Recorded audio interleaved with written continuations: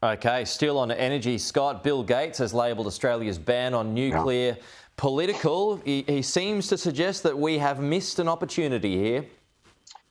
And this is a really tough one, Pete, because it seems like for the most part, the political parties are following the public opinion. But I think his point more broadly is that he believes at least energy policy and frankly the physics of energy and the safety and efficiency of nuclear energy is well worth doing despite some of that political drama. His view, I think, and we're trying to read between the lines here, but it's been pretty clear, is if we simply remove the rules and started to do it, it would actually be a net positive for Australia's energy supply.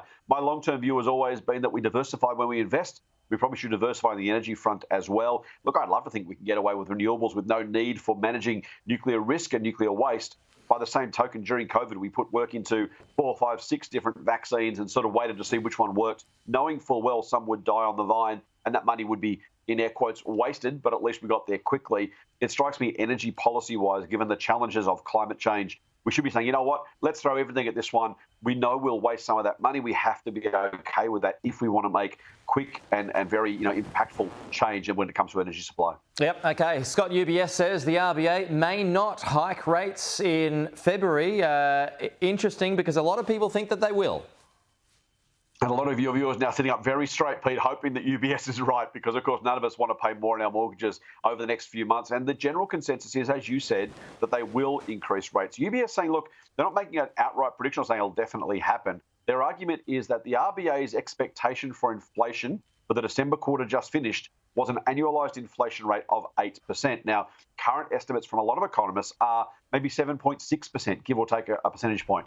So if they get to there, UBS's argument is, hey, the RBA said 8% would be where they thought we'd be, and they would have put policy prescriptions in place to deal with that 8% inflation. If it's lower than that, it gives them some wiggle room if they want it to say, you know what, we can actually afford to not put rates up in February, give ourselves a bit longer to see what's going on.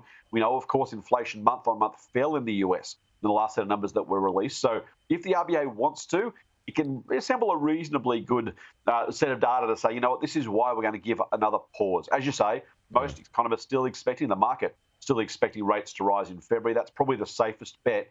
But to UBS's point, it's absolutely not a fait accompli, particularly because the RBA has shown itself to be a little bit dovish, a little bit keen to make maybe, have rates lower rather than higher over, frankly, years. If that remains their case and they're looking for opportunities, this may well be it. Okay, and just finally here, Scott, Spotify has announced overnight it'll axe 6% of its workforce. That's the latest round of major layoffs in the tech sector.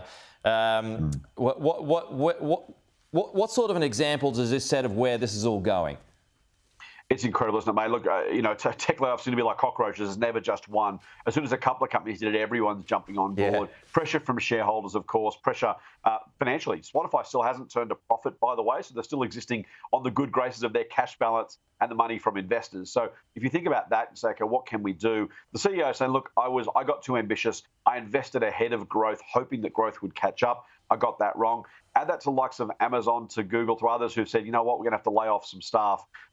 You know what, we talk about companies cutting costs as a good thing. I think it's probably worth thinking about CEOs that go on to, increase their costs in advance of that growth and then cut them, whether that should be reasonable. The ones that aren't cutting costs right now doesn't necessarily mean they're lazy. It might just mean they didn't go over the top in the first place.